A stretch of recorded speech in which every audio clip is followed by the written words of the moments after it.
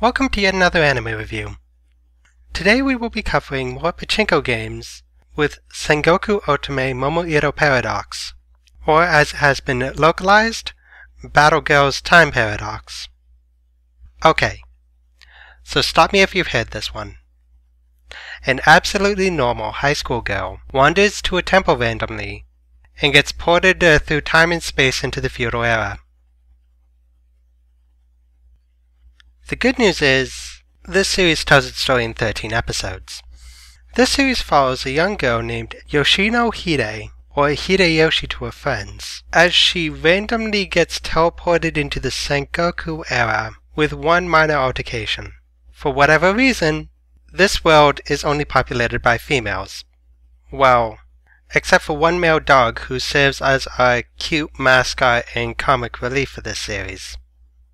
Immediately on landing in the new era, Hide manages to stumble onto a battlefield and meets the dreaded Nobunaga Oda. By the way, in the most amazing thing for a Sengoku era anime, this is one of the main protagonists. Nobunaga Oda, for those of you who are not familiar with him, is one of the most vilified historical characters in anime. This is seriously the first anime I've seen taking place in this time, where Nobunaga isn't a murderer, an alien, an evil sorcerer out to eat children. All this guy did was choosing to use rifles instead of swords because they're more efficient to make and you didn't have to train men their entire lives to use them. But this isn't about Nobunaga, we're talking about Yoshino over here. The first thing the girl does is jump at Mitsuhide, a retainer to Nobunaga, who just so happens to be a dead ringer for her BFF. Of course, there's a lot of girls here that look like they belong in her classroom, especially Masamune, who looks like her teacher, whose name is Masamune.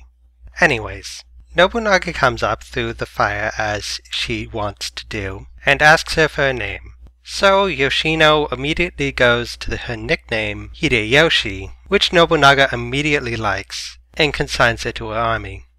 Back at Nobunaga's castle, we meet with two important things for this series.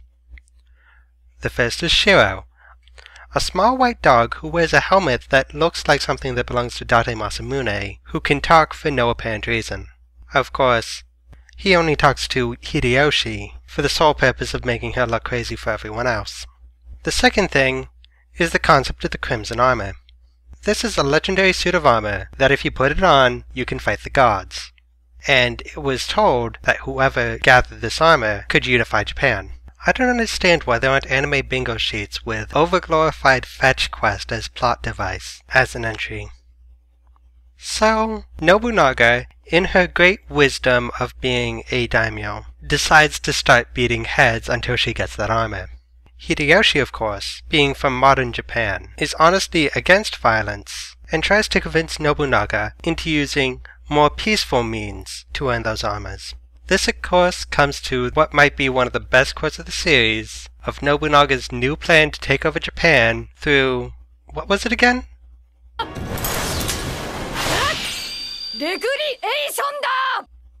That's right.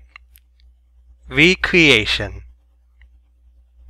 Let's have a moment of silence for the poor word recreation, which was just terribly slaughtered in that past minute.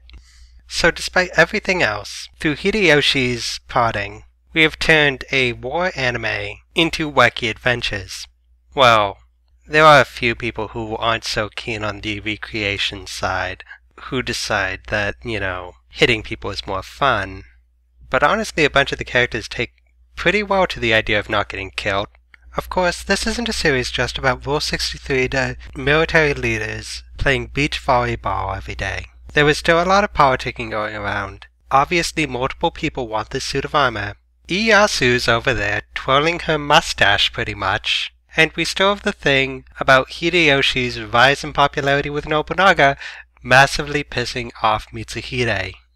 The biggest problem here is that without any knowledge of Japanese history, Hideyoshi looks like a complete insert character who's playing Fixer-Sue for the entire Sengoku period.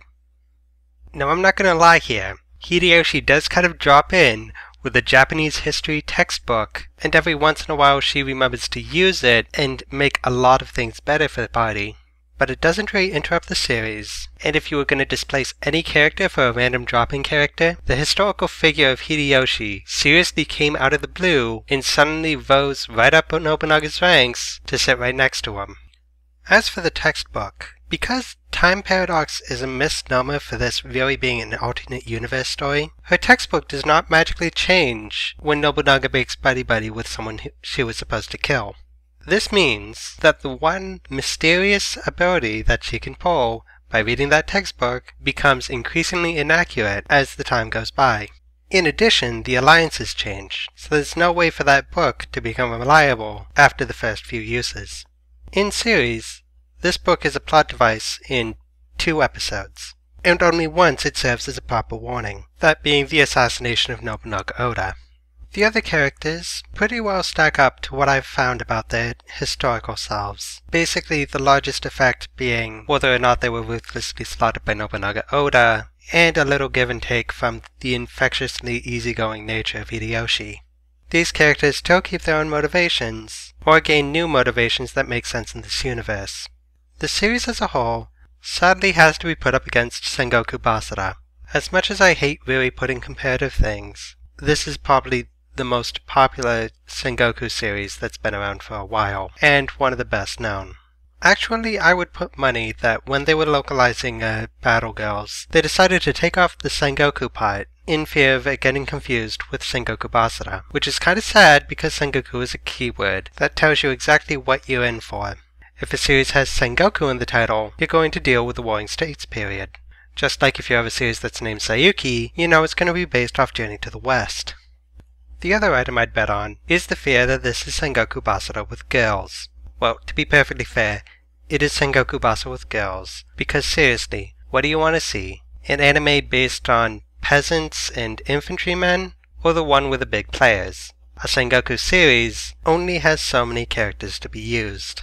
However, these 2 series are actually very good complements for each other. Basara, deriving from a fighting game series, pays very good attention to the battles, while Otome is a lot more on the relationship portion. The other important thing is that these 2 series take completely different views on the situation. I mean, Christ.